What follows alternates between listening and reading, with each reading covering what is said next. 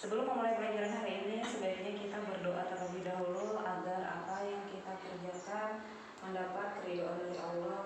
Kamu silakan dipimpin doanya. Ibu ingatkan kembali, kalian tetap harus menjaga protokol kesehatan. Untuk pertemuan kali ini, kita akan membahas materi tentang potensi dan persebaran sumber daya kehutanan, di mana materi itu terdapat dalam KD 3.2, yaitu menganalisis sebaran dan pengelolaan sumber daya kehutanan, pertambangan, kelautan, dan pariwisata sesuai prinsip-prinsip pembangunan berkelanjutan. Akan mampu menggali potensi sumber daya kehutanan melalui eksplorasi yang kalian lakukan, menganalisis persebaran sumber daya kehutanan yang ada di Indonesia, dan yang terakhir diharapkan nanti kalian bisa membuat peta persebaran kehutanan. Ya, ini ngomong absen dulu. Ya, Abdul Ghani, ayo yang lain tolong di-mute dulu ya. Muhammad Ramadan. Gambar apa yang ada di dalam tayangan berikut ini? Ya, perhatikan dulu ya semuanya. Nah, apa yang kalian lihat dari tayangan tadi?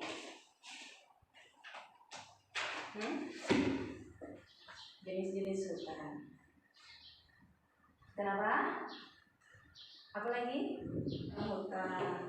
Kenapa bisa dikatakan ragam? Untuk penjelasan berikutnya, kita perhatikan, kalian gali dari berbagai sumber, dari buku pelajaran yang ada di kalian, kemudian dari menurut Undang-Undang Nomor 1 Tahun 2004 tentang Kehutanan, hutan adalah suatu kesatuan ekosistem berupa hamparan lahan berisi sumber daya alam hayati yang didominasi pepohonan dalam persekutuan alam lingkungannya yang satu dengan lainnya tidak dapat dipisahkan. Jadi hutan itu adalah kesatuan ekosistem. Kenapa dikasih salam yang lain di mute dulu? Nah, jadi potensi sumber daya hutan itu dibedakan menjadi dua, ada kayu dan non kayu. Aura, tolong di mute dulu ya suaranya ya. Berdasarkan fungsi konsep pokoknya, hutan itu dibedakan menjadi tiga, yaitu hutan konservasi, kemudian hutan lindung, dan juga hutan produksi. Di dalam peta ini disajikan berbagai informasi terkait dengan hutan dan persebarannya yang ada di Indonesia. Nah, seperti yang sudah kalian lihat tadi di dalam stimulus awal, di dalam jenis hutan itu dibedakan menjadi 8. Yang pertama adalah hutan hujan tropis. Kalimantan punya nggak itu? Punya nggak? Ya, Kalimantan itu termasuk hutan hujan tropis. Yang berikutnya lagi adalah hutan musim. Jadi nanti ketika dia musim panas, dia menggugurkan daunnya. Kemudian ketika musim hujan datang, dia kembali subur. Nah, itu adalah hutan musim. Berikutnya adalah hutan hujan pegunungan. Nah, tadi berbeda dengan hutan hujan tropis. Hutan hujan pegunungan di sini adalah hutan yang terletak pada ketinggian di atas 1000 meter di atas permukaan laut. Halo, masih aktif nggak? Kemudian ada lagi hutan sabana.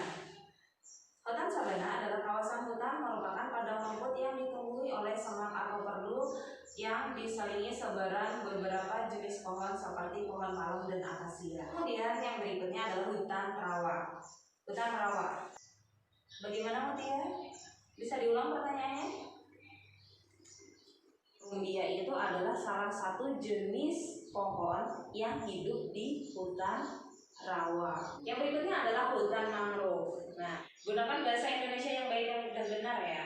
Hutan gambut itu di sini adalah hutan tropis berdaun lebar di mana tanah yang terendam mencegah dedaunan dan kayu terdekomposisi sepenuhnya. Seiring waktu selalu berbentuk lapisan gambut yang bersifat asam. Jadi berikutnya lagi adalah hutan lumut. Iya. Hutan lumut adalah komunitas pegunungan tropik yang memiliki struktur yang berbeda dengan taiga. Hutan lumut terdapat di daerah yang memiliki ketinggian 2500 meter di atas permukaan laut. Ada pertanyaan nggak? Dari apa yang sudah disajikan tadi? Bisa membedakan antara hutan rawa dan hutan gambut? Aldi, apa tadi perbedaannya Aldi? Kalau hutan rawa itu, hutannya itu dia tergenang oleh air tawar dan itu bisa jadi musiman. Ketika musim hujan dia tergenang gitu ya.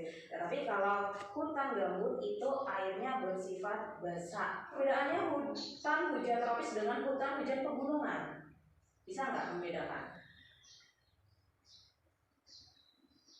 Oh, letaknya benar. Kalau hutan hujan tropis itu bisa terdapat di dataran rendah, tetapi kalau hutan hujan pegunungan itu berada pada ketinggian di atas 1000 meter. Aduh, pintar sekali anak ibu. Ya Allah. Terus ya digali informasinya, kalian harus meningkatkan potensi kalian sendiri dengan mencari informasi di berbagai media, misalnya internet atau buku. Jadi kalian harus benar-benar fokus terhadap tugas kalian, yaitu sebagai seorang pelajar. Nah, ibu membagikan link lembar kerja untuk kalian di WA. Ada petunjuknya ya. Nih, kalian bisa melihat sendiri. Di situ ada petunjuk. Apa analisis terhadap itu? Dan yang terakhir adalah buatlah peta persebaran hutan mangrove. Bisa diulang pertanyaannya? Tadi kan ibu bilang kalian bisa mengeksplor itu di internet, ya. Cari berkaitan dengan hutan mangrove. Oke, sekarang sambil dikerjakan. Oh gitu, waktunya kurang cukup. Sekarang sudah selesai berapa soal?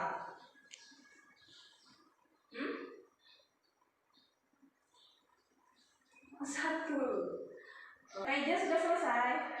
Aida sudah selesai.